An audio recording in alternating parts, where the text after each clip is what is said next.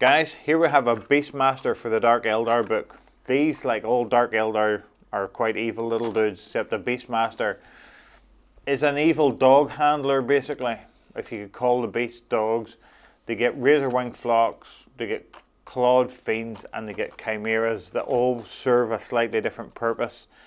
You can take 0 to 5 Beastmasters in the unit, and then each of them can take like 0 to 5 chimeras, 1 clawed fiend. Clawed fiend's a pretty vicious big thing, and 0 to 2 razor wing flocks.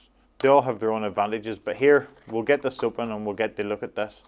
For me, in the elite section of the Dark Eldar book, I thought these could be your combat elites, because, or not elites, in the fast attack section, guys. These could be your combat guys for the fast attacks. So here we have, if you didn't know this already, this guy comes on a flying base. So here's his base, here's the little stocks. Again, you can choose whether to have them slightly lower or slightly higher. I always go with slightly lower because it could matter that 5mm making the difference between you being able to get shot at and not. Here he comes on his own skyboard. These are slightly different from the regular skyboard. They just seem, not a huge amount in it, but just slightly different than the regular skyboard. I know a lot of the guys have been using just the regular Hellions and skyboards as their Beastmasters, but now they're going to be investing in some of these. Here we have our Beastmaster then. Oh, quite a lot of flashing around this guy to be cut off. Quite a lot of flashing. He's typical Dark Eldar, quite skinny little dude. Stand on the board, standard pose. I hope that you get a few poses of these, because I think beasts will be popular now that they've got models as well. They will be popular. And here we have our little metal sprue of skulls, which we always have. These are decoration generally for the skyboard. Pretty much everything Dark Eldar and pretty much everything Games Workshop makes has skulls on it to some description, you know. But anyway, we'll get that stuck on. And here we have our options, right? Basically, that's an agonizer. This is for the gun that comes with the skyboard, and this is a little metal chain here holding on some sort of little implement or not. I would have liked to have seen, guys, more weapon options, because you can take a regular power weapon and you can take a venom blade, so you're going to have to find your venom blade somewhere else.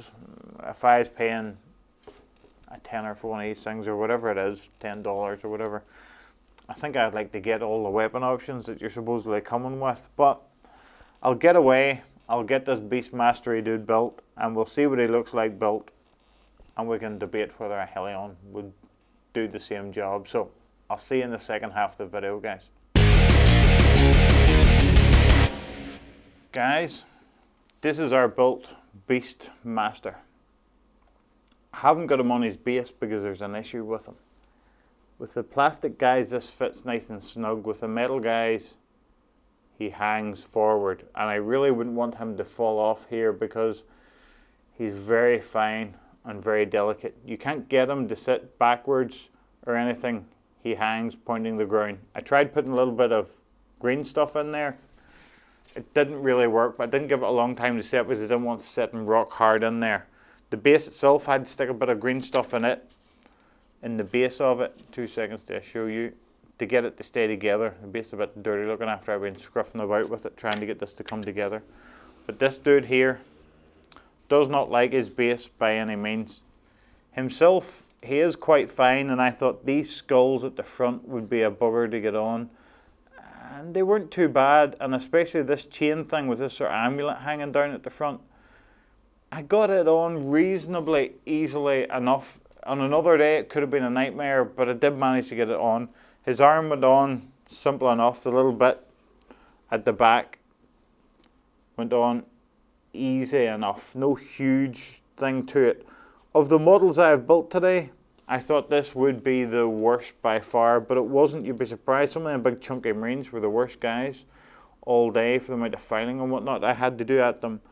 But this is your basic Beastmaster. This is his Agonizer. This must just be the uniform weapon. You can use it as an Agonizer, a power weapon, or what's that other, a Venom Blade, or whatever it's called. You know it. But for me, it's basically an Agonizer he's carrying. I would pay the points, use him as an Agonizer, because it's the best of the weapons. The way I see this is either take Agonizer or take nothing, because anything in between that is a waste of points. Really, you could just have him like this as a whip. The whip his beasts along.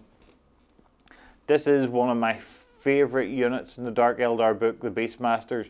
Tactically, a weak unit because the opponent knows what you have to do with them. You can't make them troops. You have to walk across the board towards the opponent.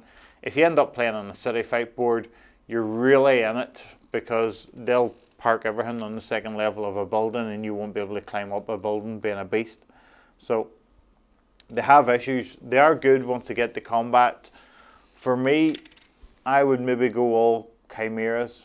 I know people say mix this and that, and you'll get this and you'll get that. But whenever it comes to combat, razor wing flocks get instant death, and the rest of your guys run away, because if two of them get instant death, you're -10 in the combat. So you're going to have did some serious killing to be able to sustain them sort of losses. The model is fine. Tactically, it is what a beast is. It runs across the board. It does. Even though he's on a skyboard, which normally counts as a jetpack, he counts as a beast as well, so he gets that 12-inch assault. They all have fleet and whatnot, the packs of beasts. So they are a good little unit. They're a nice looking little unit. They are a unit that could be played cheesily. I have seen people try to play them cheesily, but then they ran into my Arjack and Logan and the cheese was gone. But I think they can be played sportingly as well, as they are a nice little unit in a friendly game to come building across the board with. I don't know, would I rather had a razor wing flock than a Beastmaster, where I could just use that, bought a box of Hellions? I think you guys down below would maybe be better commenting on that before I fall out with anybody else in the industry. But a nice little model. If he would stand on his base, it would be an even better little model. If you have a way to cure this wobbly base syndrome, stick it down below, because I'm sure I'm not the only person that's had this problem, and I'll get on, guys, to building something else.